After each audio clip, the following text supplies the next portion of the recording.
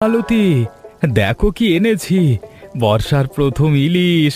ছোট ছোট কিন্তু একদম তাজা। নদী আজকে ভালোবেসে দিয়েছে। এই বৃষ্টিতে গেলে কেন বাপু? জ্বর আসবে তো। সেই ছেঁড়া জালটা নিয়ে গেলে আবার? নতুন জাল কেনার সামর্থ্য নেই তা বলে পুরনোটা নিয়ে রোজ রোজ নদীতে ঝাঁপবে? আরে জাল যতই ছেঁড়া হোক, মাছ তো ধরা পড়ে। দেখো দেখো, এই কটা ইলিশ ছোট হলে কি হবে, স্বাদে কিন্তু রাজা। বাজারে গেলাম, মানুষজন বলছে দাম একদম পড়ে গেছে, সস্তা ইলিশ সবাই কিনছে। আমিও ভাবলাম আজকে বিক্রি না করে ঘরে নিয়ে আসি। তোমার হাতের রান্না খেলে মন ভরে যাবে। তা বটে, সস্তা হলে কি হবে, স্বাদ তো সস্তা হয়নি। আচ্ছা, আজ তাহলে পান্তার সঙ্গে ইলিশ ভাজা দিচ্ছি, কাঁচা লঙ্কার পেঁয়াজ কুচি দিয়ে। তোমার পেটে শান্তি হবে। তবে একটা কথা বলি, হরি বাজারে দাম কম বলে রবিনের দোকানে গেলাম কাল। সে কেমন যেন গোমড়া মুখে তাকিয়েছিল। রবিনের কথা বলো না, ছেলেটা ভালো কিন্তু মাঝে মাঝে কি সব ভাবে বুঝি না। যাক, আগে পান্তাটা বাদ দাও, পেটে খিদে চাগাত দিচ্ছে। তোমার খিদে আর বৃষ্টি দুটোই থামার নাম নেই। থামবে কেন বলো? পেটে খিদে থাকলে খিদে লাগবেই, আর আকাশ থাকলে বৃষ্টি তো হবেই। এটাই তো নিয়ম। তোমার সঙ্গে কথা বলে কুল পাওয়া যায় না। যাও হাত মুখ ধুয়ে এসো। ঝুমাকে একটু ডেকে দিও, মেয়েটা এখন ঘুমোচ্ছে বোধহয়। ঝুমা ঘুমাচ্ছে? বৃষ্টির দিনে ভালোই ঘুম হয়, কিন্তু পান্তা ইলিশের গন্ধ পেলে ওর ঘুম এমনিতেই ভাঙবে দেখো।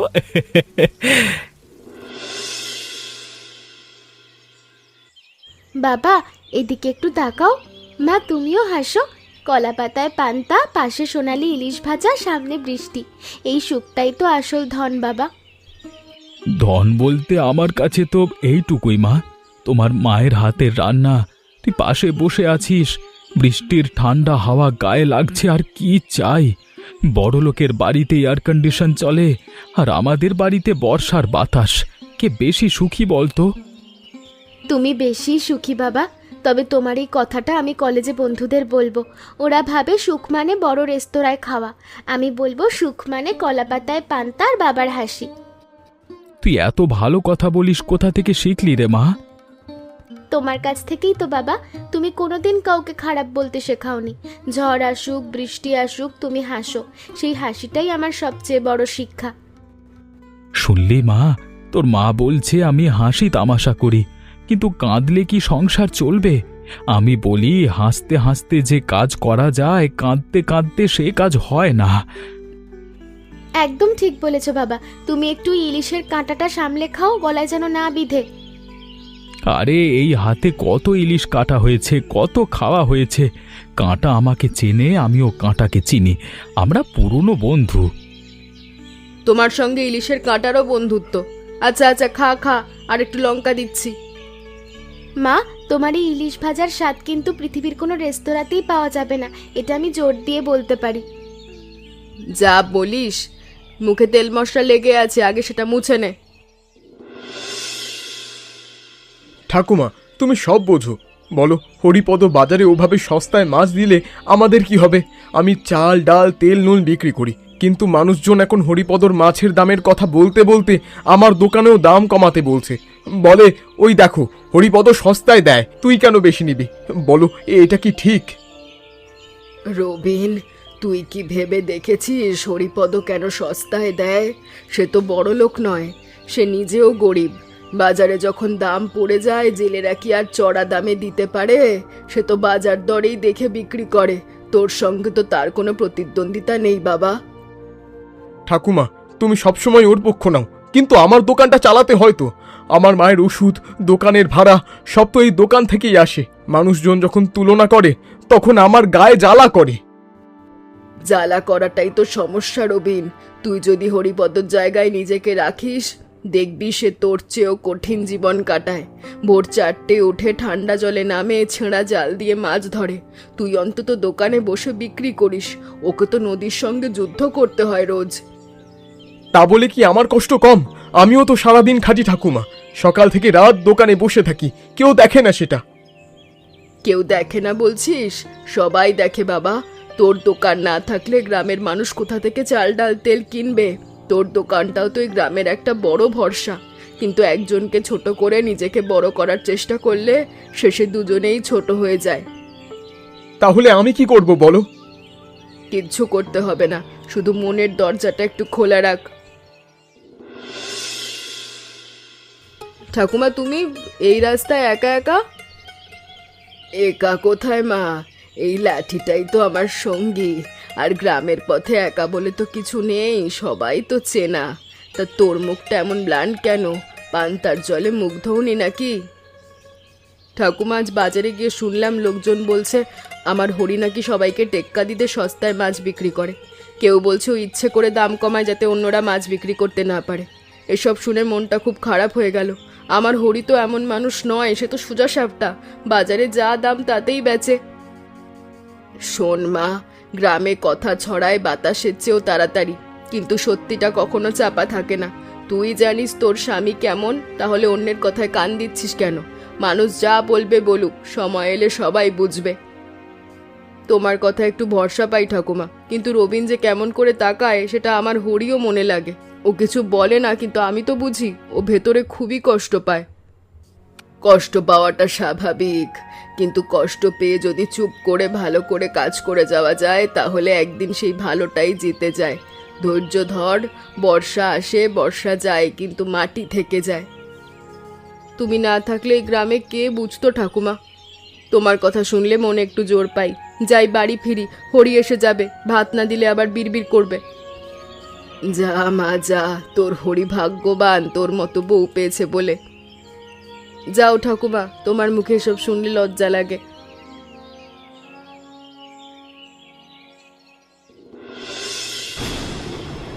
রবিনদা, রবিনদা, তোমার দোকানে জল ঢুকেছে, চালের বস্তাগুলো সরাও, ভিজে গেলে তো সব নষ্ট হয়ে যাবে। দেখতে পাচ্ছি তো, কিন্তু একা কি করব? ত্রিপল নেই, প্লাস্টিক নেই। বৃষ্টিটা হঠাৎ এমন বেড়ে গেল যে কিছু বুঝে ওঠার আগেই জল ঢুকে গেল। দাঁড়াও, আমাদের বাড়িতে একটা ত্রিপল আছে, বাবা নৌকা ঢাকতে ব্যবহার করে, আমি নিয়ে আসছি। তুমি ততক্ষণ বস্তাগুলো যতটা পারো উঁচুতে তোলো। তোমাদের ত্রিপল? সেটা তো তোমাদের দরকার। দরকার তোমারও আছে রবিনদা, আমি আসছি। ঝুমা থামো, এত বৃষ্টিতে যাবে কি করে? বৃষ্টি হলে কি বসে থাকতে হবে? আমি ভিজতে পারবো, কিন্তু তোমার চালের বস্তা ভিজলে তো সেটা আর ফেরত আনা যাবে না। আমি আসছি, তুমি বস্তাগুলো সরাও। তোমার বাবাও এরকমই, কারো না বলার আগেই সাহায্য করতে চলে যায়। বাবার মেয়ে তো, একটু তো হবেই। আমি আসছি। তোমাদের পরিবারটা আজব। রবিনদা, দোকান ঠিক হলো? কালকের বৃষ্টিতে বস্তাগুলো কেমন আছে? কোনো ক্ষতি হয়নি তো? ঠিক আছে, তোমাদের ত্রিপলটা ফেরত নিয়ে যেও। ত্রিপল রাখো রবিনদা, বর্ষাকাল চলছে, আবার বৃষ্টি হতে পারে, তোমার দরকার হবে। আমার দরকার নেই, আমি নিজের ব্যবস্থা নিজে করব। তোমাদের দয়া আমার লাগবে না। দয়া? আমি দয়া করিনি রবিনদা, তুমি আমার প্রতিবেশী। তোমার দোকানে জল ঢুকছিল, আমি কি চুপ করে দেখবো? এটা তো সাধারণ সাহায্য, এতে এত অভিমান করার কি আছে? তোমরা খুব ভালো মানুষ সেজে থাকো। তোমার বাবা সস্তায় মাছ দেয়, তুমি ত্রিপল দিয়ে আসো। সবাই ভাবে তোমরা কত মহান, কিন্তু আমি এসব বুঝি। রবিনদা, তোমার যা মনে হয় তুমি ভাবো, কিন্তু একটা কথা মনে রেখো, আমার বাবা কোনোদিন কারোর কাছ থেকেই ধন্যবাদ চাইনি। ও যা করে মন থেকে করে। তুমি যদি সেটা বুঝতে না পারো তাহলে আমার কিচ্ছু বলার নেই। তুমি এখন চলে যাও, কলেজে দেরি হবে। যাচ্ছি, কিন্তু একদিন তুমি বুঝবে রবিনদা।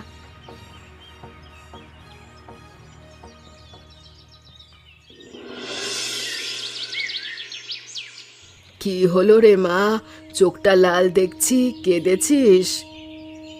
ঠাকুমা, রবিনদা আমাকে এমন কথা বললো যে মনটা ভেঙে গেছে।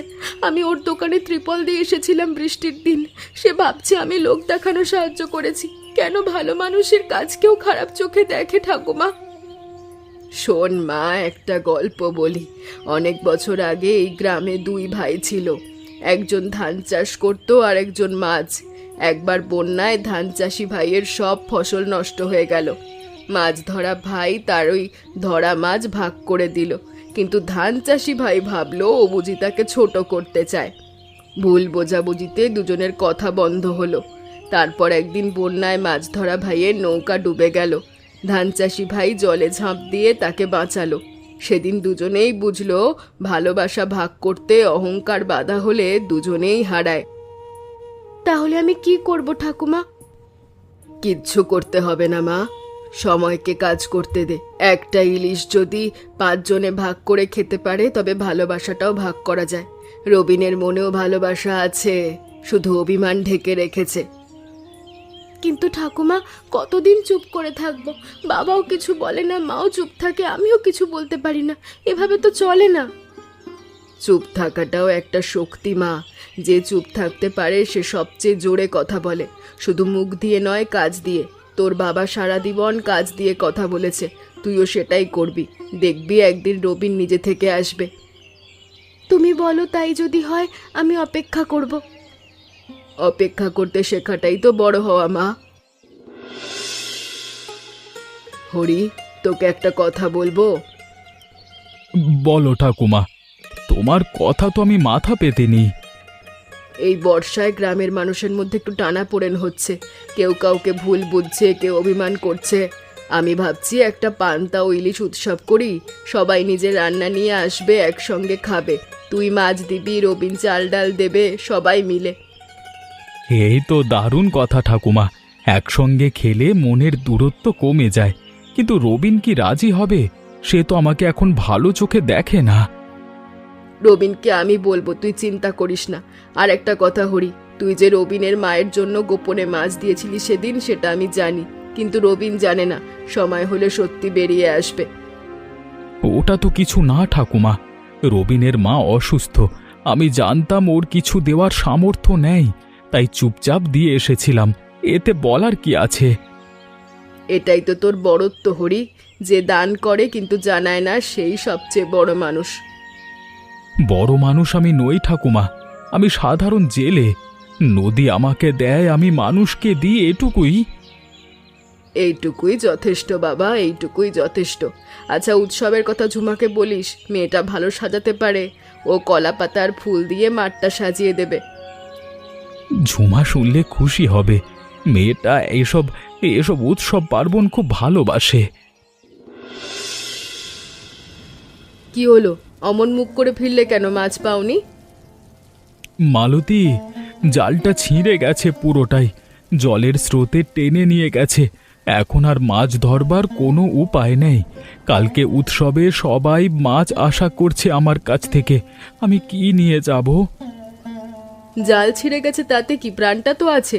বৃষ্টিতে নদীতে গেলে আমি কতটা চিন্তায় থাকি জানো? জাল আবার হবে, কিন্তু তুমি না থাকলে সংসার কার?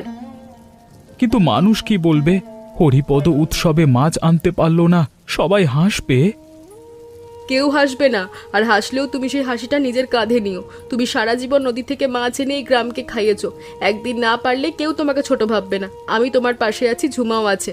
চলো, কাল যা আছে নিয়েই যাবে। তুমি না থাকলে আমি কোনো দিন পারতাম না মালতী।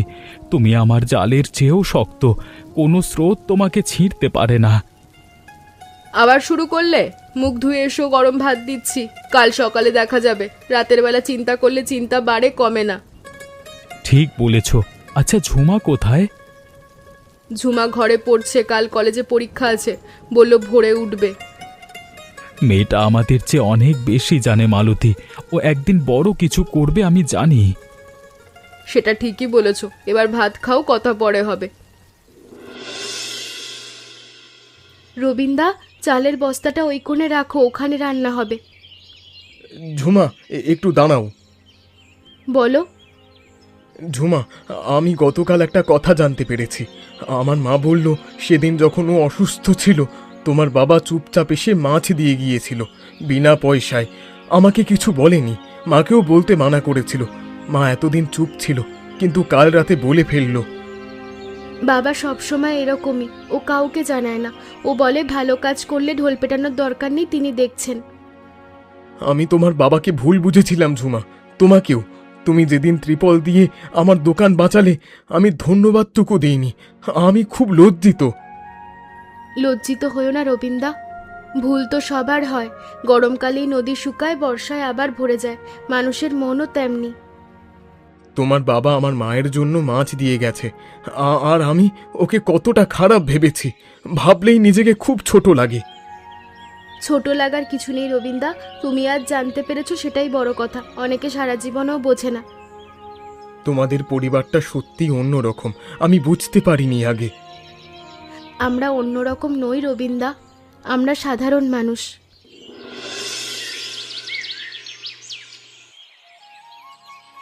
হরিপদ ভাই, রবিন, তুমি এত সকালে?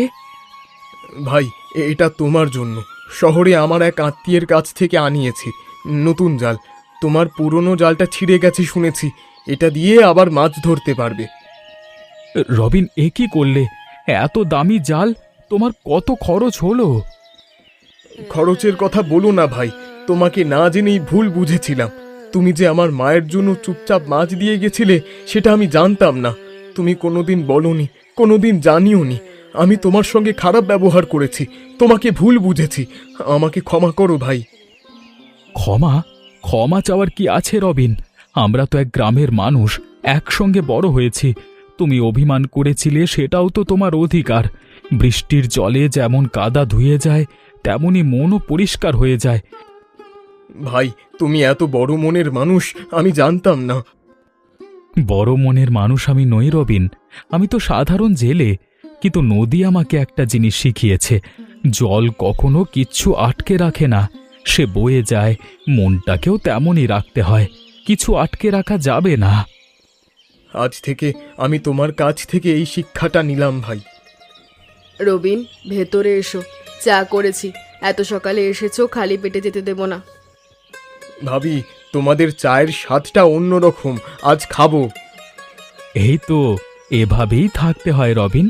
পাশের বাড়ির মানুষ যদি একসঙ্গে চা খেতে না পারে, তাহলে প্রতিবেশী হওয়ার মানে কি? দেখো, দাম কম হলেও এই ইলিশের স্বাদ সবচেয়ে বেশি। জানো কেন? কারণ এতে সবার ভালোবাসা মেশানো আছে। হরি ধরেছে, রবিন চাল দিয়েছে, ঝুমা সাজিয়েছে, ঠাকুমা আশীর্বাদ দিয়েছেন। এ শুধু খাবার নয়, এটা একটা পরিবারের রান্না। ঠিক বলেছিস মালতী, আমি এই গ্রামে ৭৫ বছর ধরে আছি। অনেক বর্ষা দেখেছি, অনেক খরাও, কিন্তু যখনই মানুষ একসঙ্গে খেয়েছে, একসঙ্গে হেসেছে, তখনই সবচেয়ে সুন্দর দিন ছিল। আজকের এই দিনটাও তেমনি। সস্তা ইলিশ হোক আর দামি, ভালোবাসা দিয়ে রান্না করলে সব মহার্ঘ হয়ে যায়। ভাবি এই ইলিশ ভাজার কথা আমি কোনোদিন ভুলবো না। আজকের দিনটা আমার কাছে সবচেয়ে দামি দিন। রবিন, তুমি আরেকটা ইলিশ নাও, তোমার মায়ের জন্য একটু আলাদা করে রেখেছি, পরে নিয়ে যেও। ভাবি তোমরা আমার মায়ের কথা ভাবো, এটা আমার জন্য অনেক বড় কথা। রবিন্দা, মা তোমার মাকে নিজের বোনের মতো মনে করে। আমাদের বাড়িতে যখনই কিছু রান্না হয়, মা বলে রবিনের মায়ের জন্য একটু রেখে দে।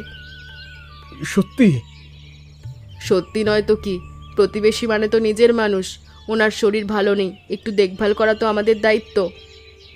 রবিন, তোমার মায়ের শরীর এখন কেমন? একটু ভালো? হ্যাঁ ভাই, একটু ভালো। ওষুধ খাচ্ছে, ডাক্তার বলেছে আরো কিছুদিন বিশ্রাম নিতে হবে। চিন্তা করো না, সব ঠিক হয়ে যাবে, আমরা তো আছি। দেখ, এটাই হলো গ্রাম। এখানে কেউ একা থাকে না, একা খায় না, খুশিও ভাগ করে নেয়, কষ্টটাও। ঠাকুমা, তুমি আরেকটু পান্তা নাও, তোমার পাতে কম আছে। আমার পেটে আর কত ধরবে রে মা? বুড়ো পেটে এক মুঠো পান্তাই যথেষ্ট। কিন্তু একসঙ্গে বসে খাওয়ার আনন্দটা, সেটার কোনো মাপ নেই। পেট ভরুক না ভরুক, মন ভরে গেছে। ঠাকুমা, তোমার জন্যই তো আজকের এই দিনটা হলো। তুমি না বললে এই উৎসব হতো না। আমি কি করেছি বাবা? আমি শুধু বলেছি একসঙ্গে খেতে, বাকিটা তোরা সবাই মিলে করেছিস। রান্না মালতী করেছে, মাছ তুই এনেছিস, চাল ডাল রবিন দিয়েছে, সাজানো ঝুমা করেছে। আমি শুধু বুড়ো মুখে বসে খাচ্ছি। ঠাকুমা, তুমি বসে খাচ্ছ বলেই আমাদের রান্নার স্বাদ বেড়ে গেছে। বড়দের আশীর্বাদ ছাড়া কোনো খাবারই পূর্ণ হয় না।